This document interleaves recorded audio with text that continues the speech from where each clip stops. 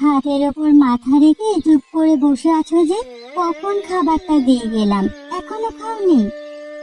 কি করব বলো তো, এত আলু পচে গেছে, চারিদিকে কত ঋণ, এসব শোধ হবে কিভাবে তাই তো ভাবছি। সব আলু কি পুরোপুরি পচে গেছে? না না, কিছু আছে যেগুলোর অর্ধেক ভালো আছে, অর্ধেক নষ্ট, কিন্তু ওগুলো তো কম দামেও বিক্রি হবে না। ওগুলো যদি বাজারে বিক্রি না হয় তাহলে বরং নতুন ভাবে ব্যবহার করব। আলুগুলো পরিষ্কার করে যেগুলো কাজের মতো আছে সেগুলো দিয়ে নয় আলুর চপ বানিয়ে বিক্রি করব। সব পচা আলু দিয়ে বানানো চপ মানুষে খাবে নাকি? খাবে বই কি, যেটুকু অংশ নষ্ট থাকবে সেগুলো তো কেটে ফেলে দেব। ভালো অংশ পেঁয়াজ, মরিচ, ধনেপাতা মশলা দিয়ে মেখে মজাদার চপ বানালে লোকজন ঠিকই কিনবে। হাটে গেলে বা স্কুলের পাশে দাঁড়ালে দেখবে চপটাই একেবারে বিক্রি হয়ে যাবে। হ্যাঁ, বুদ্ধিটা খারাপ না। তোমার কি সত্যি মনে হয় এটা চলবে? অবশ্যই চলবে। মাটি ফলন না দিলে বুদ্ধি খাটিয়েই রোজগার করতে হবে, কি আর করা যাবে বলো? তোমার বুদ্ধিতে মনে কিছুটা বল পেলাম। এখন তোমার এই বুদ্ধি একমাত্র আমাকে বাঁচাতে পারবে গো। তাহলে চলো, কাল থেকেই আমাদের নতুন ব্যবসা শুরু করি। তবে এখন বাইরে দোকান দিতে গেলে খরচ বাড়বে, তার থেকে বরং বাড়িতেই একটা সাইডে দোকানের মতো করে চপ বিক্রি করব। কিরে হরিপদ, তোর আলুর চপ তো সারা গ্রামে বিখ্যাত হয়ে গেছে। আর মশলার মাপটা এমন নিখুঁত যে একবার খেলে বারবার খেতে ইচ্ছে করে। সন্ধেবেলায় তোর দোকানের চপ আর মুড়ি না হলে সন্ধেটা ঠিক জমে না। ওদের মুখে এমন প্রশংসা শুনে সত্যি খুব আনন্দ হচ্ছে। মনে হচ্ছে আমার দোকানটা যেন এই গ্রামের প্রাণ হয়ে উঠেছে। তবে সত্যি এই মণিমালার বুদ্ধি আর তোদের সহযোগিতা না থাকলে আমি এসব কিছুই করতে পারতাম না। তবে চারিদিকে যা রোগের উৎপাত শুরু হয়েছে, কদিন সুস্থ থাকতে পারবো তাই ভাবছি। কি রোগ? আমি তো কিছু শুনিনি। সেদিন মৃণালদা বলছিল হঠাৎ নাকি অনেকে অসুস্থ হয়ে যাচ্ছে। প্রথমে গায়ে জ্বর, তারপর ভয়ানক ক্লান্তি। কিন্তু সবচেয়ে অদ্ভুত ব্যাপার হলো কিসের থেকে রোগটা হচ্ছে কিছু বোঝা যাচ্ছে না। এখনো পর্যন্ত শুনলাম 7-8 জনের হয়েছে। আমাদের সতর্ক থাকতে হবে।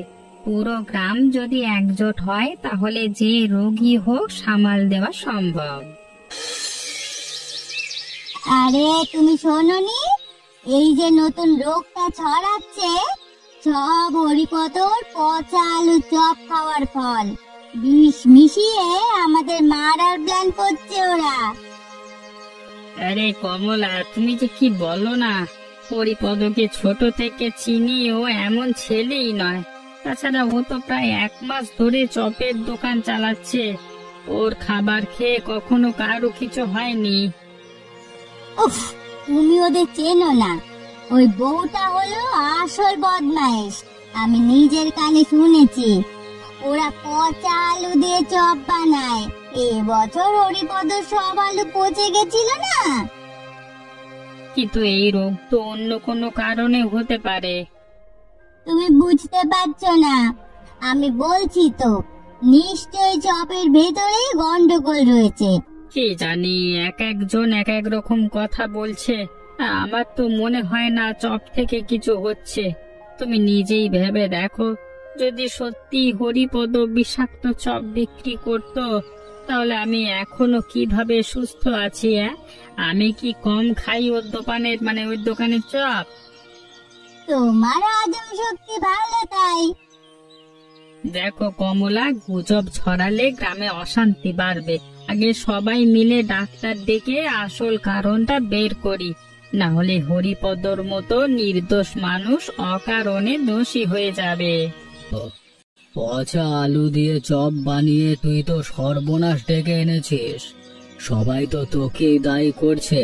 আর বলছে তুই নাকি পচা জিনিস খাইয়ে মানুষের পেট ভরাস, আর এখন গ্রামে রোগ ছড়িয়ে মানুষজনকে মারছিস। আমার নামে মিথ্যে দোষারোপ করা হচ্ছে। আমি কোনোদিন কারোর ক্ষতি করিনি। যতদিন দোকান খুলেছি সৎভাবে শুধু দুবেলা ভাত জোটানোর চেষ্টা করেছি। সৎভাবে? এই রোগটা হুট করে শুরু হলো বলছিস? তোর চপের দোকান খোলবার পরপরই এই রোগের উৎপাত শুরু হয়েছে। এই অসুখের আসল কারণ আমি জানি না, তবে আলু পচে গেলেও যেটুকু ভালো ছিল সেটা দিয়েই তো আমি চপ বানিয়েছি। আমি তোমাদের কাছে যেমন আলুর চপ বিক্রি করেছি, আমার ছেলে মেয়েরাও কিন্তু দিনের পর দিন আলুর চপ খেয়েছে। ওদের তো কিছু হয়নি। কিন্তু গ্রামের সবাই তো বলছে তোর চপ খেয়ে অসুখ হয়েছে। আমি সবার কথা অগ্রাহ্য করি কিভাবে বলতো? মোড়ল মশাই, মানুষের মুখে মুখে গুজব ছড়াচ্ছে, এর দায় তো আমার না। তোর যুক্তি ঠিক, তবে লোকজনের রোষ শান্ত করা সহজ নয়। আমাকে সব দিক বিবেচনা করতে হয়। প্রমাণ আসুক, তারপর বিচার করবেন। আমি কি তাহলে যেতে পারি? ঠিক আছে, আজকে তুই বাড়ি যা, আমি দেখছি কিভাবে সব দিক সামলানো যায়। আমরা কি দোষ করলাম যে গ্রামের সবাই আমাদের থেকে এভাবে মুখ ফিরিয়ে নিল?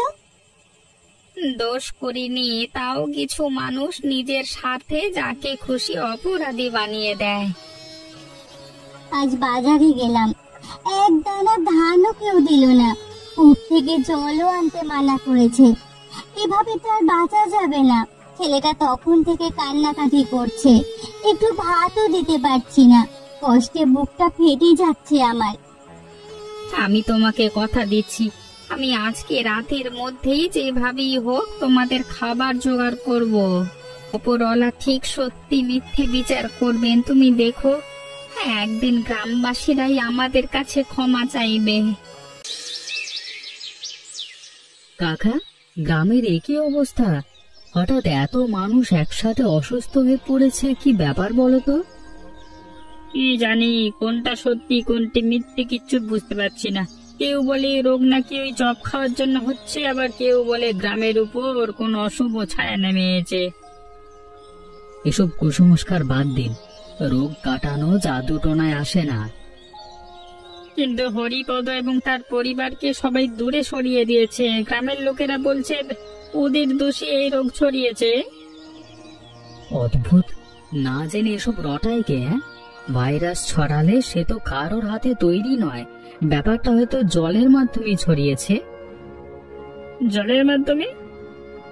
জল যদি দূষিত হয় তবে অনেকেই একসাথে অসুস্থ হবে। এসব চপ মুড়ির দোষ নয়, দূষিত জলই সবচেয়ে বড় মহামারী ডেকে আনে। তাই নাকি? অথচ গ্রাম জুড়ে সবাই এক সুরে হরিপদকে দোষ দিচ্ছে। কাকা, অবিশ্বাস আর অন্ধবিশ্বাস খুব সহজেই নির্দোষ মানুষকে দোষী বানিয়ে দেয়। আমি দেখছি কি করা যায়। আগে কূপের জল পরীক্ষা করতে হবে। যতক্ষণ না সত্যিটা সামনে আসছে ততক্ষণ কাউকে দায়ী করা অন্যায়। অনির্বাণ বাবু, আপনি তো এ কদিন গ্রামের অনেক চিকিৎসা করলেন, সত্যি কি হরিপদর এই চপে রোগের কারণ? একেবারেই না। আমি কয়েকদিন ধরে পরীক্ষা করে যা বুঝলাম, এই রোগের আসল উৎস হলো গ্রামের পুকুরের জল। সবাই যেটা খাচ্ছে, স্নান করছে, গরু ছাগল নামাচ্ছে, সেই জলে জীবাণু জন্মেছে। তবে লোকজন বিশ্বাস করছে না, তারা বলছে হরিপদ ইচ্ছে করে পচা আলুতে কিছু মিশিয়ে খাইয়েছে। সেটা ভুল ধারণা।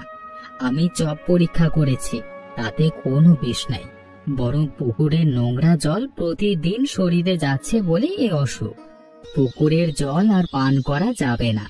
পরিষ্কার কুয়োর জল খাবেন অথবা জল ফুটিয়ে খাবেন। অনির্বাণ বাবু, গ্রামে তো অদ্ভুত ঘটনা ঘটেছে। যারা ওই চপ খেয়েছে তারা তো এখন সুস্থ হচ্ছে। হ্যাঁ, আমি জানতাম এটাই হবে।